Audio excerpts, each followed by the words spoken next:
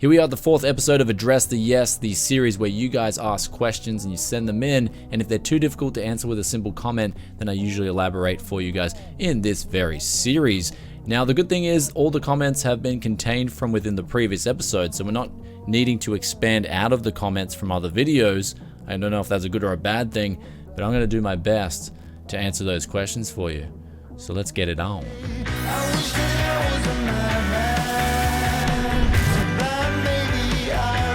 First up here we have Quion Zing Song. He says, "Hi Brian, this is a question for the next Address the Yes series. I bought a GTX 1066GB with the deal of RM600. I'm from Malaysia. It's about 199 AUD, close to 145 US dollars. However, the brand is a China brand called Manli. They have been producing PC products since 1996, but I just want to know if you have ever heard of this brand before and if it's reliable like the other brands. Thanks." I have heard of Manli before, but unfortunately I haven't tried them yet, and I'm guessing since they're making 10 series cards that they're actually an official Nvidia board partner. They're just not selling over in Oz or the US, for example. But with that said, Nvidia do have stringent rules that they require their board partners to implement on the PCBs, for example, and also in regards to the coolers. So you're going to be rest assured that that thing will work absolutely fine, especially since it's a 1060. If you start going up to a 1080 Ti or a 1080, for example, then you might want to get a little bit more in depth with what they're putting on the PCB and also the cooler. But for a 1060, it should be absolutely fine. Next up, we have Freaky Windows 10. He says, "Hey Tech Yes City, what kind of a build would an ATY 7990 work good in, and what would it run? Games. Thanks."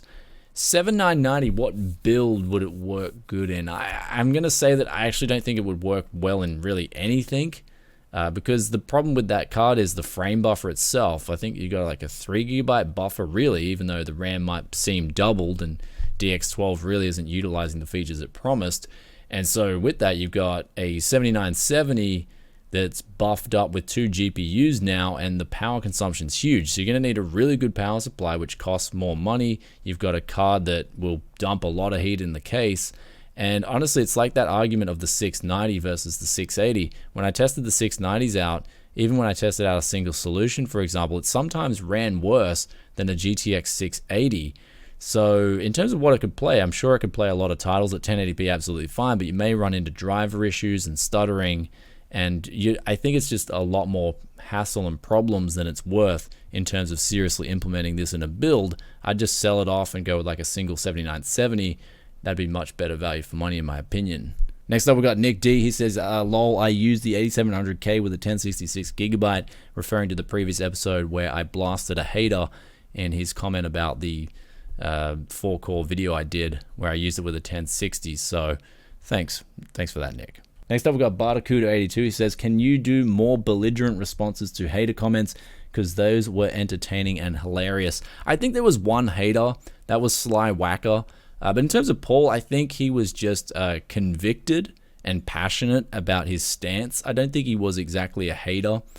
And so, I mean, I did have to respond because he was sort of very strong in his, I guess a bit too strong, and he sort of implied things that I thought were completely wrong. But in terms of Sly Whacker, yeah, I mean, if that kind of stuff comes up, I will address it. It doesn't actually come up a whole lot. I mean, there's the typical sort of hater comments you get, like, F you and you're this, you're that. I mean, but then sometimes you get the haters that are just so, like, I don't know, they're confident in their own stupidity, I guess. They're the guys you've got to respond to and blast. Next up, we've got Artemis. He says it's pronounced Azeus, confirmed by Asus employees themselves over at Asus. Next up, Weldopedia says it's Asus, just like the Greek word anus, Aynoose, a ring. Here we have Stanislav Mayostorov. He says, "I have a Zotac X58 motherboard and the BIOS doesn't have a lot of overclocking features. I try to update the BIOS, but it isn't better. I was wondering if I could change the BIOS, like putting a BIOS from an Asus motherboard."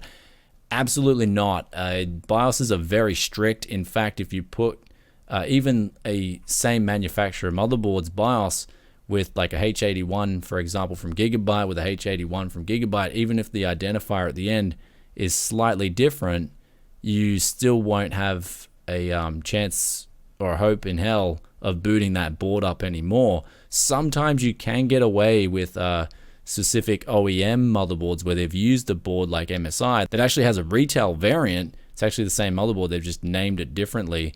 And in fact, I believe with like the CD55 or something back in the day with the H55 motherboards, MSI just put a sticker over it and it was the exact same board. And then you could flash that board and then unlock the features to overclock. But in that regards of using a BIOS on your Zotac board, you may wish to get some BIOS mod tools out, especially if it's like an AMI BIOS or something like that. Then you can inject some extra options to try and overclock.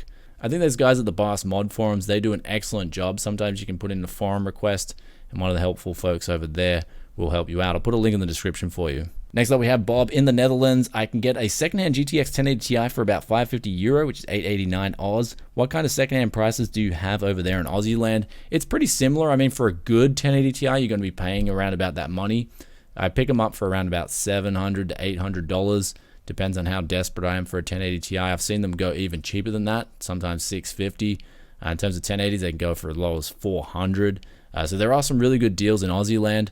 But I think for Euro, that's actually a really good price that you're posting there, Bob. Zerk says, when's the next Can Yes Fix It episode? When you fix that MSI B150 Mobo with the bent pins, I was shocked you got it working. You should do more fixing. The next Can Yes Fix It, I've actually got a lot of stuff here, but I won't be filming that for a little while yet because there's these other promises that I got to get done, and they're getting done. And then the Can Yes Fix It will be somewhere there. Next up, Laggy Hacker, he says, could you make comments a little bigger? It's hard to read on mobile if you are not close to the screen. Much obliged. Next up, we have Mr. Beelzebub. He says, have you considered testing out how games perform on Linux? I think it would make for an interesting video, especially since Valve have taken some steps to get certain Windows games playable on Linux with their Proton update. If you see this comment, I hope you're doing well. Thanks, man. I'm doing pretty well. Always busy, but doing well. Health is all good.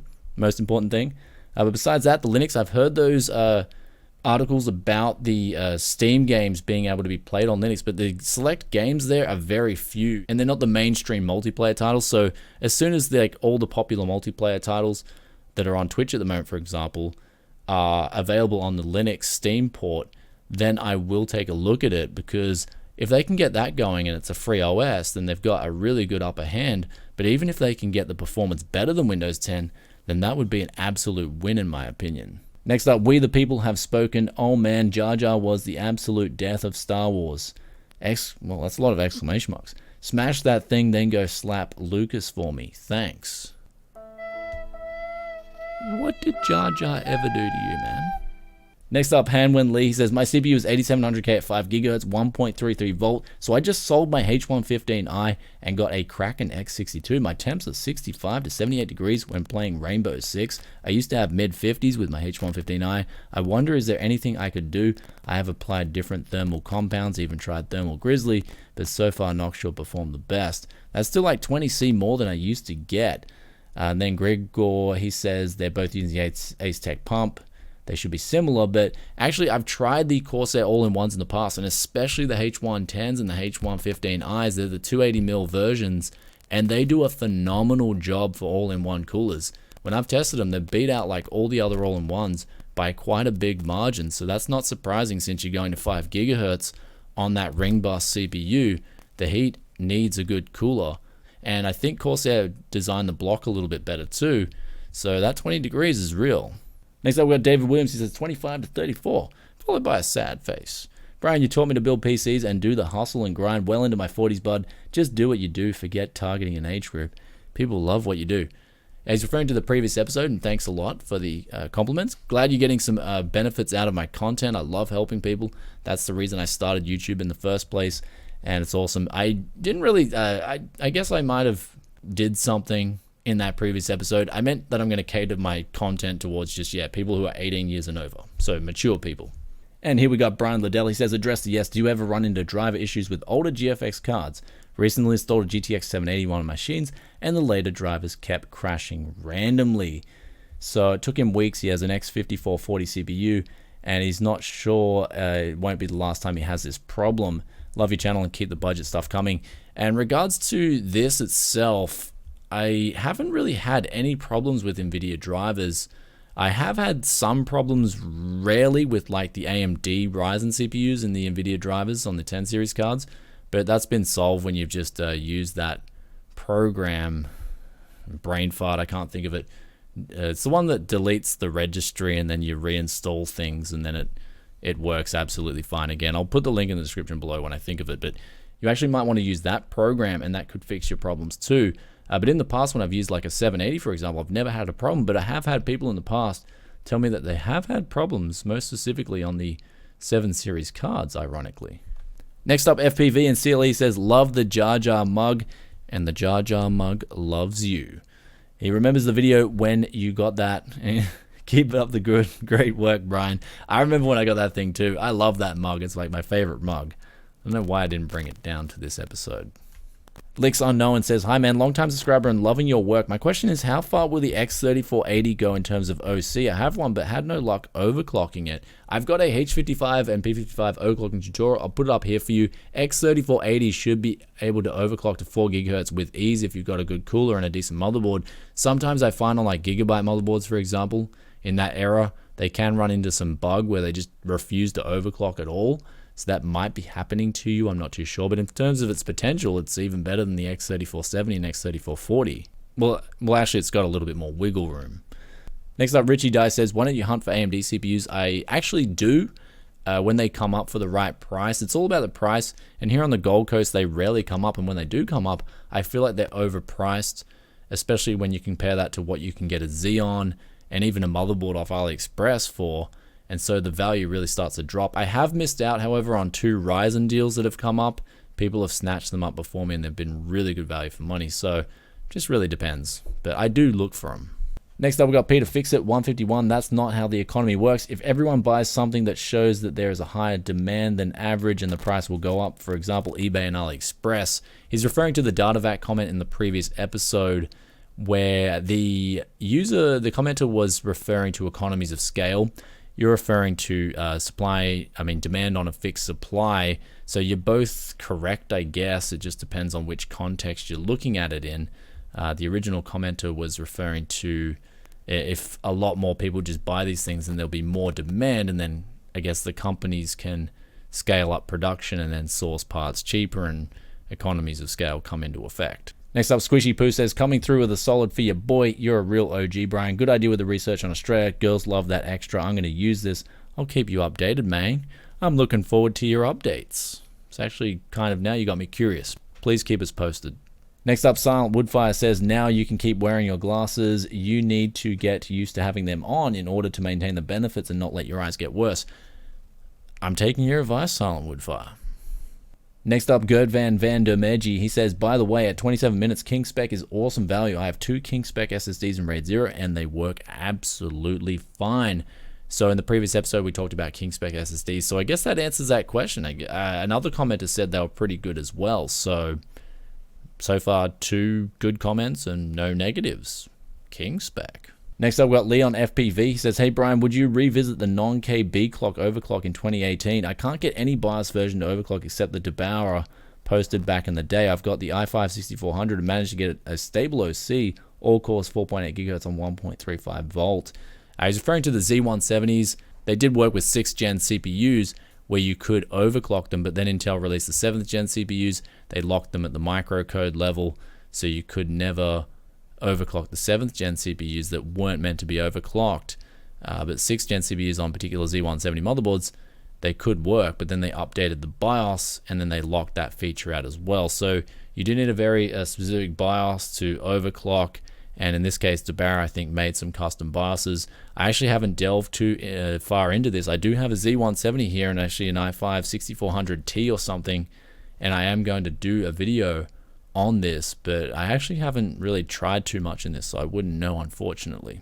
Next up, we've got Elijah Titchborn. He says, hey brother, enjoyed this video. Noticed you talked about the DataVac, and he's talking about cleaning kits, and he's got some great ideas. So I'm going to leave this comment up here for you guys. He's tried a Makita LXT 18 volt cordless blower. It costs less, and of course, being a Makita, it's very reliable, and it pushes out more air as well.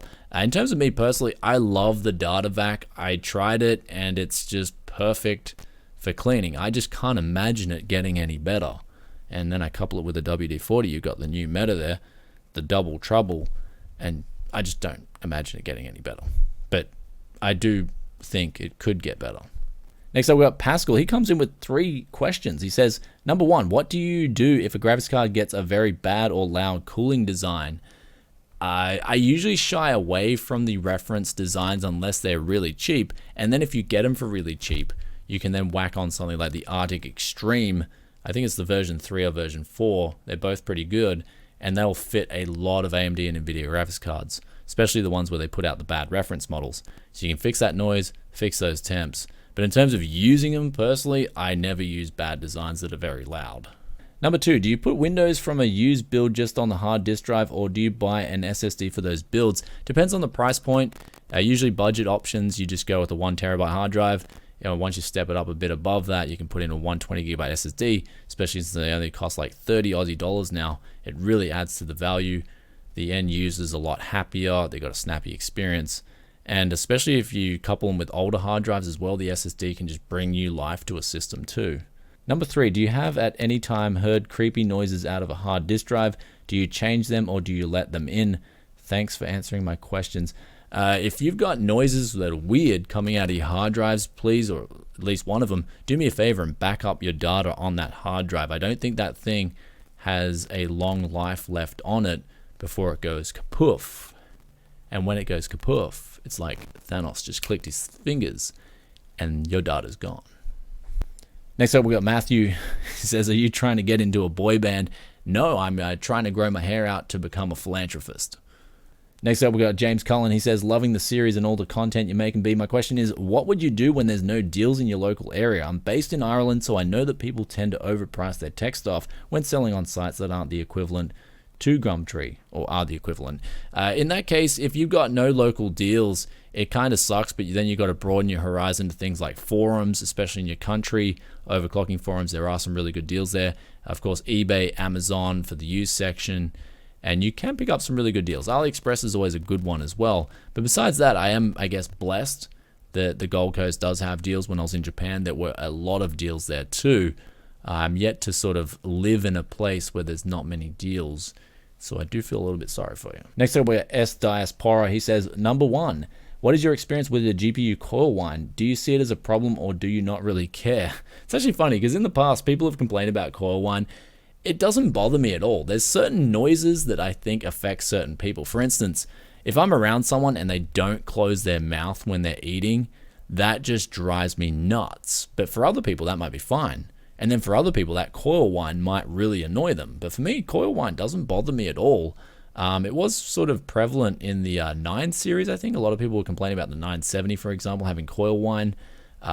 If you want to hear coil whine, you can load up particular menus. I think the Skyrim menu is notorious for like pushing into the 1000 FPS mark. And then there you can get some serious coil whine out of practically any GPU. But yeah, it depends. If you got really high FPS, then you can start hearing coil whine. But it never really bothers me personally. Just depends on your ears. Next up, we got number 2. Corsair's VS line of power supplies cop a lot of hate. Thanks for bringing a bit of sense to the discussion.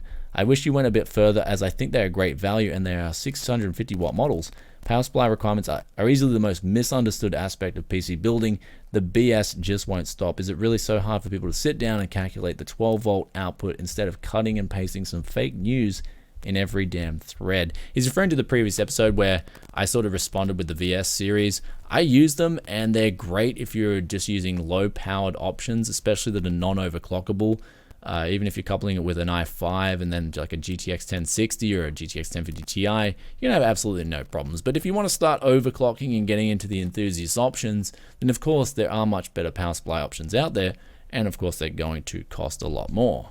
But when it boils down to it, that 12 volt line is rated for the actual output from the power supply to your parts. And when I measure from the wall, I'm not even going anywhere near those numbers, and that's still accounting for the 5 volt and 3.5 volt lines that are getting converted as well. So in other words, you have a lot of power at your disposal. Next up, we got Naish Garing. He says, address the yes, I'm new into flipping PCs. Would buying new RGB cases be worth it and increase the value a lot? And if so, do you have any suggestions? Thanks for such awesome content. Yeah, I mean, it depends on where you live and what cases you can get. Here on the Gold Coast, you can get some really cheap cases that actually look pretty good. I mean, the airflow is not really there, but if you're putting in low power consuming parts, it's not really going to matter. So RGB and aesthetics do help sell builds. The better looking the case, the more attractive it's going to be in the photo, And when people see it, their eyes are going to light up. And yeah, definitely getting into aesthetics on your builds is something you'd want to do if you're into flipping those builds. Next up, we got Carl's Wells. He says, "Phew, a bit of hate on this one, but I'm a believer, buddy, even though I'm out of the demographics, 41 years old." Or years young. Ooh, I misread that. 40's the new 30, which was the new 20.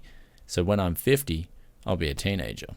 And we got Address the Yes from New Zealand. "Should I sell my current PC? What would be the best bet for my other 771 system? I basically need to raise cash to get out of debt." So he currently has an 8770K. Is that a 3770K or a 8700K? Not too sure. 16 gigabytes and a GTX 780. Decent case, power supply, and of course the RGB strip. And he's got a dual socket 771 system. To get out of debt, you've got to ask yourself, is that computer worth it to you or not? For instance, I know people that go out and buy 7900Xs, 7980Xes, and they don't even use the power whatsoever. But if you're using your current main rig a lot, I'd recommend keeping it. But in terms of if you're using your 771 system and you don't notice that much of a difference between the two, then that's up to you. Is that money that you got sitting around? Because essentially that build, that 3770K or 8700K, I'm not too sure which it is, that's worth money. And if you don't notice much of a difference between your 771 system and that, then I'd recommend, yeah, just selling it off and getting out of debt.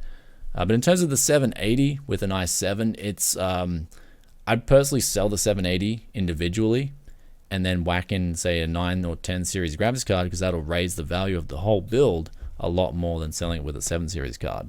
Hope that helps. Next up, we got Obi. "What happened to thy brother's Evo X?" It's actually an Evo 7, and it was just way too modified. It was not a practical everyday driver. It was taking up too much garage. So we unfortunately sold it, and I think that thing was like a high 11 seconds. Like, it was a really quick car. That thing went hard. Next up, with Lucia Boy 758. He says, "About to do a complete build, but don't mind buying any used recommendations or deals you know of internationally. Upgrading from my HD 7790 i3 2120 Dell Optiplex 390. PS, new build only for gaming, and please don't make me have to rob a bank." I would go for, at the moment, the sweet spot would be like picking up a used 1060. They go for very cheap, whether it be 3 gig or 6 gig models, and then going with like an X3440 H55 motherboard and overclock it, of course, and you're going to be home and hosed. Next up, we got John Paul Bacon says, "Another good video. Here is a question. What do you think if someone was to use an all-in-one design for the threadrippers on a non-threadripper CPU?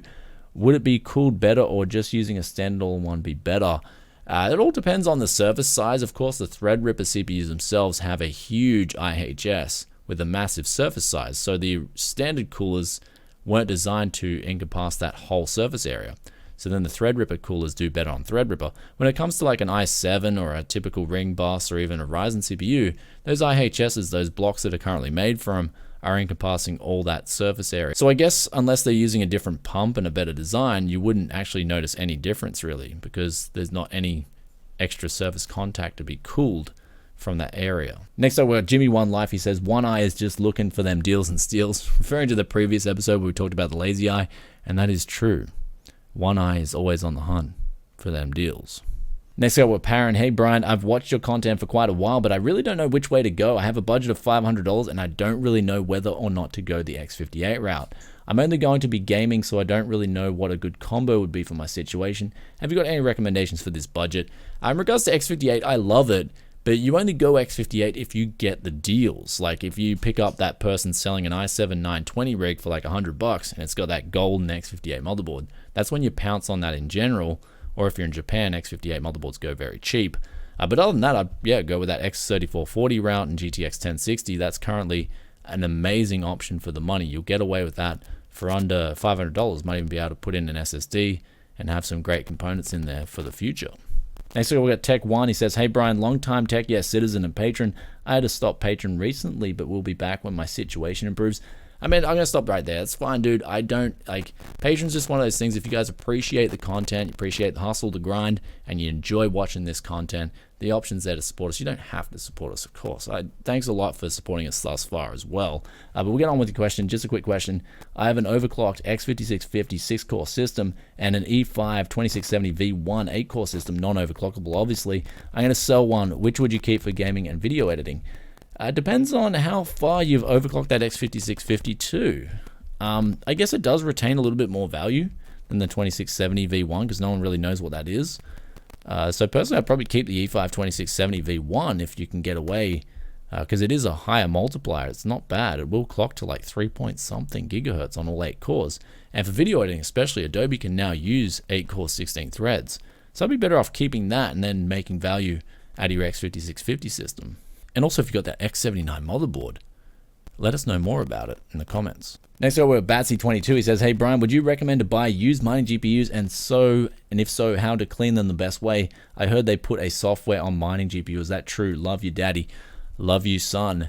And I always recommend people buy mining GPUs if the price is right. I've been snatching up a few myself, got some really good deals. Of course, make sure they're under warranty, especially if you're just buying one for yourself and you really want it to work. Do make sure they have a warranty and a receipt. Other than that, you most likely have to change the thermal paste, get them running perfect again, make sure the fans work 100%, and the best way to clean them is just to take them off and then give them a DataVac, replace the thermal paste, and you're good to go. In terms of putting software on there, you can't really put software on there, but people do modify the BIOSes to up the memory speeds, lower the power consumption, lower the core clocks. That was better, I think, for Ethereum mining. And so if they do sell them, just they should be changing the BIOS back to default, which is better for gaming. But even if you're getting them at the right price, it shouldn't matter a whole lot. Next up, we're AMG, a Mighty Grizzly. He wrote in about feedback on last episode with the lazy eye comments. Just a really good read. I'm going to leave this comment up there for a few seconds for you guys to have a read. I really enjoyed reading this comment. Thanks so much for that. I do read the comments a lot, and that was just a really good story to read. And that about wraps up episode 4 of Address the Yes. If you guys enjoyed this one, then be sure to hit that like button. And if you have any questions of your own that need to be answered desperately, then be sure to drop a comment in the comment section below, and I'll get back to you as soon as I can. Or the other awesome folk around Tech Yes City can possibly help you out. And I'll catch you in the next one very soon. Peace out for now. Bye.